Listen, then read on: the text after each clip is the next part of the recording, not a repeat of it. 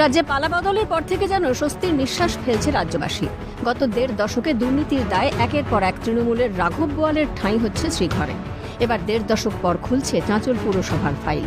মুখ্যমন্ত্রী শুভেন্দু অধিকারীর হাতে প্রস্তাবিত ফাইল তুলে দেবে মহকুমা প্রশাসন।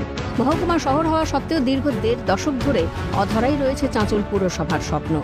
মহকুমা সদর এখনও গ্রাম পঞ্চায়েতের অধীনেই রয়েছে, তাতে সঠিক পরিষেবা মিলছে না বলেও অভিযোগ উঠছে। ২০১১ সালের পর কার্যত ধুলো জমেছিল পুরসভা গঠনের ফাইলে। রাজ্যে বিজেপি সরকার গঠনের পর ১২ই জুন প্রথম মালদা সফরে আসছেন মুখ্যমন্ত্রী শুভেন্দু অধিকারী।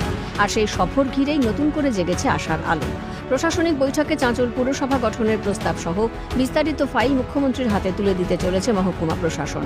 বহু বছরের এই দাবিকে বাস্তব রূপ দিতে মুখ্যমন্ত্রীর কাছে আবেদন জানিয়েছেন চাঁচলবাসী।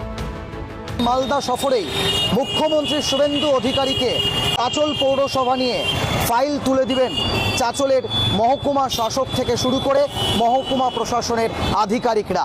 এমনটাই কিন্তু সূত্র মারফত খবর পাওয়া যাচ্ছে।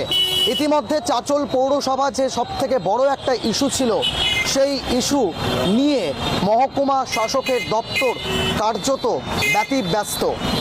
চাঁচলকে যেভাবেই হোক পৌরসভা করতে হবে, এই দাবি তোলা হচ্ছে প্রশাসনের পক্ষ থেকে।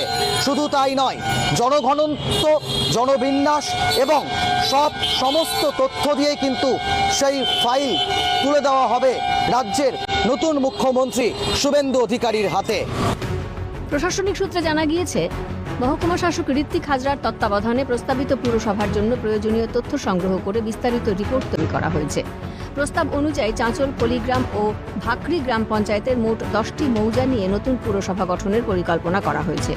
রিপোর্টে জনসংখ্যা, জনঘনত্ব, ব্যবসা বাণিজ্য, শিক্ষা প্রতিষ্ঠান, হাসপাতাল, বাজার ও যোগাযোগ ব্যবস্থার মতো বিভিন্ন বিষয়ের তথ্য অন্তর্ভুক্ত করা হয়েছে। প্রশাসনিক বৈঠকে চাঁচল পুরসভার বিষয়টি উত্থাপন করবেন প্রশাসনিক আধিকারিকরা। ইতিমধ্যেই সমস্ত রিপোর্ট জমা পড়েছে।